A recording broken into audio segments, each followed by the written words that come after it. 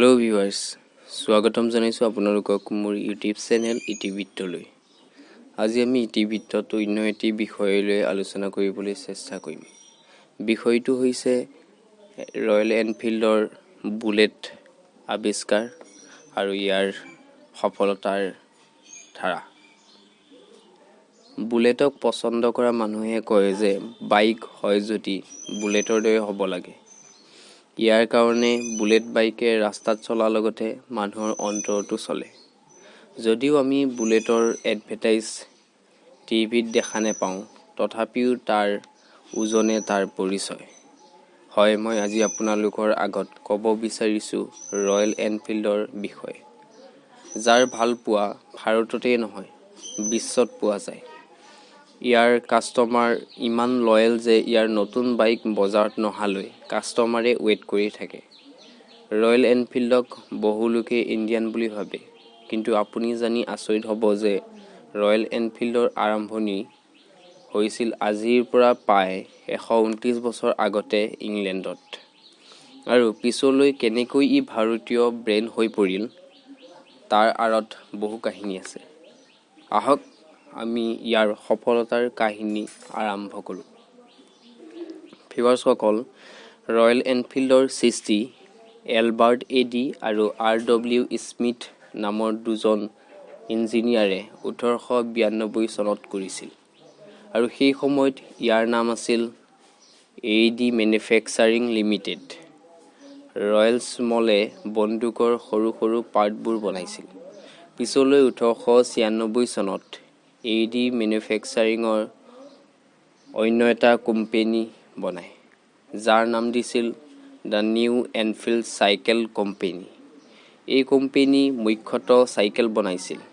পৰৱৰ্তী সময়ত নতুন চিন্তাৰে 1899 চনত 4 চকাৰ চাইকেল বনায়। 2 বছৰ অন্তত 1901 চনত চাইকেলত ইঞ্জিন সংযোগ ঘটায়। এনফিল্ডে তেওঁলোকৰ প্ৰথম মটৰ চাইকেল বনায়, য'ত তেওঁলোকে মিনাৰ্ভা নামৰ কোম্পানীৰ ইঞ্জিন ব্যৱহাৰ কৰে। আকৌ 1903 চনত এনফিল্ড কোম্পানীয়ে কাৰ প্ৰডাকশ্যন আৰম্ভ কৰে, যদিও বা এই কোম্পানী সেই সময়ত বহুত লোকচানৰ সন্মুখীন হয়। সেইবাবে 1907 চনত এনফিল্ডে কাৰ বনোৱা কোম্পানী অল ডেইজ অনিয়ন্স নামৰ অন্য এটা কোম্পানীক বিক্ৰী কৰি দিয়ে।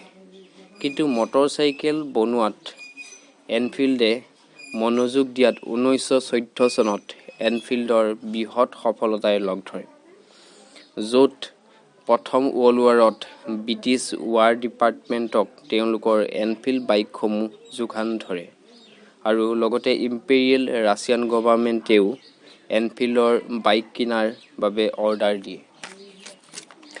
ইয়াৰ পৰাই ক্ৰমান্বয়ে এনফিল্ডৰ বাইক মানুহৰ মাজত প্ৰসিদ্ধ হয়, আৰু দ্বিতীয় বিশ্বযুদ্ধৰ সময়ত ব্ৰিটিছ গভৰ্ণমেণ্টে এনফিল্ড আৰু মিলিটাৰী বাইকৰ সংযোগ ঘটাই যুদ্ধৰ বাবে এক নতুন ক্ৰয় চুক্তি কৰে।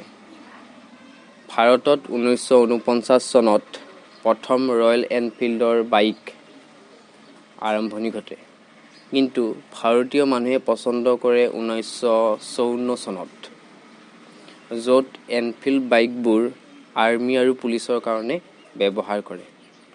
সেই সময়ত এনফিল্ড আছিল 350 চিচি।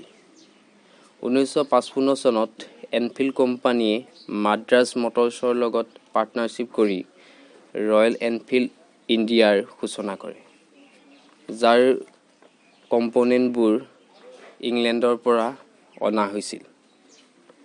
পিছত 1962 চনত ইয়াৰ কম্পনেণ্ট ভাৰততে বনাবলৈ চেষ্টা কৰে।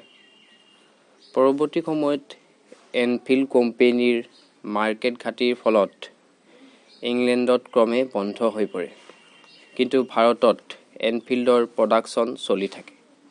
পিছলৈ ভাৰতত ঘাটি হোৱাৰ ভয়ত অন্য এটা কোম্পানী দ্য এইচাৰ গ্ৰুপৰ লগত ইয়াৰ সংযোগ হয়। এইচাৰ গ্ৰুপৰ মালিক তথা স্বত্বাধিকাৰ বিক্ৰমলালৰ পুতেক সিদ্ধাৰ্থই 2000 চনত পুনৰ নতুন ষ্টাইলত এনফিল্ডৰ প্ৰচলন ঘটায়। 18 ছেপ্টেম্বৰ 2017 তাৰিখে ৰয়েল এনফিল্ডৰ ক্লাছিক 350 আৰু ক্লাছিক 500ৰ বাইক সৃষ্টি হয় আৰু ইয়াৰ জনপ্ৰিয়তা ক্ৰমান্বয়ে দুগুণে বৃদ্ধি হয়।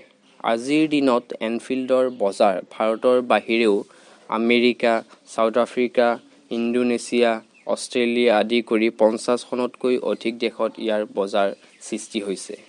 এই আছিল এনফিল্ড বাইকৰ চমু সফলতাৰ কাহিনী।